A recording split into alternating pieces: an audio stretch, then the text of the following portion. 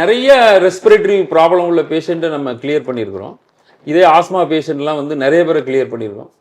ஆனால் 2017 நினைக்கிறேன், 2017 ஒரு பேஷண்ட்டு அவங்க ஆட்டோவில் வந்து இறங்கி, அப்போ நான் ஃபஸ்ட் ஃப்ளோரில் வச்சுருந்தேன், வந்து ஏறி டாக்டர் நான் கொஞ்ச நேரத்தில் நான் செத்துருவேன், என்னால் முடியல அப்படின்னு சொல்லிட்டு வந்து உட்கார்ந்தாங்க. டேபிளில் சேரில் உட்காந்துருந்தாங்க.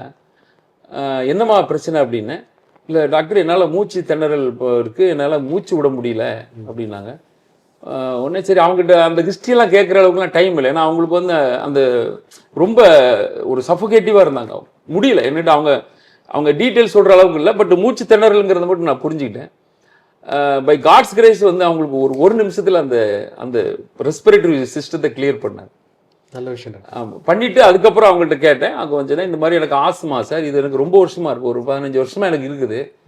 அந்த காலகட்டங்களுக்கு அவங்க வயசு என்னென்னா ஒரு 38 வயசு அந்த மாதிரி இருக்கும் அவங்களுக்கான. ஒரு 10, 20, 22 வயசுலேருந்தே அந்த ஆஸ்மா ப்ராப்ளம் இருக்கும்போது.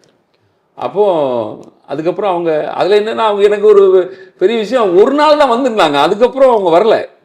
அதுக்கப்புறம் இடையில வேறு பிரச்சனைக்கு வந்தாங்க. அப்புறம் நான் கேட்டேன், என்ன அந்த ஆஸ்மா என்ன ஆச்சுமா கேட்டேன். டாக்டர் நீங்கள் அன்னைக்கு போட்டது தான், அதுக்கப்புறம் எனக்கு அது கம்ப்ளீட்டாகவே வரல அப்படின்னாங்க. அதுவும் எனக்கு என்னன்னு தெரியல.